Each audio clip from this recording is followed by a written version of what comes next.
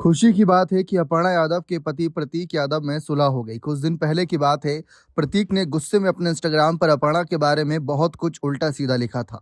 उन्होंने अपर्णा से तलाक तक लेने की बात कही थी, लेकिन अब उन्होंने फिर से इंस्टाग्राम पर पोस्ट लिखकर कहा कि हमारे बीच सुलह हो गई है।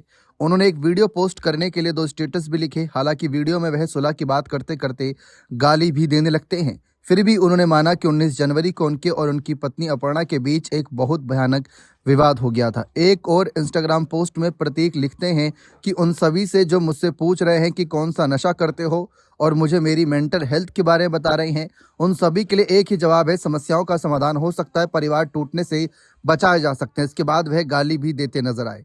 इतना ही नहीं, एक और पोस्ट में प्रतीक लिखते हैं कि जलनखोरों, मुझे खुशी है कि तुम जैसे लोगों के दिलों में इतनी नफरत है। तुम्हारा जीवन इतनी नफरत के कारण तकलीफों से भरा पड़ा है। तुम्हें प्रतिदिन कितनी मानसिक तकलीफ होती है। दूसरे की खुशी देखकर तुम इसके हकदार हो। मुझे खुशी है कि तुम जैसे लोग खुद को इतनी पीड़ा देती हो। ईश्वर करे तुमसे नफरत खोरो हमेशा इतनी पीड़ा में रहो। प्रतीक ने एक और फोटो शेयर किया था जिसमें वह अपनी पत्नी अपर्णा के साथ प्रेम से खड़े हैं। इसके साथ ही उन्होंने पोस्ट किया कि वे लोग विजेता होते हैं जो अपनी पर्सनल और प्रोफेशनल समस्याओं पर विजय पाते हैं। हम विजेताओं का परिवार हैं। ये सारा विवाद 19 जनवरी को तब खड़ा हुआ जब प्रतीक ने अपनी पत्नी अपर्णा का एक फोटो पोस्ट करके उस पर लिखा, परिवार का नाश करने वाली। इसके साथ ही उन्होंने यह भी लिखा कि मैं इस स्वार्थी औरत से जल्द तलाक लेने जा रहा हूं। इसने मेरे पारिवारिक रिश्ते बर्बाद कर दिए।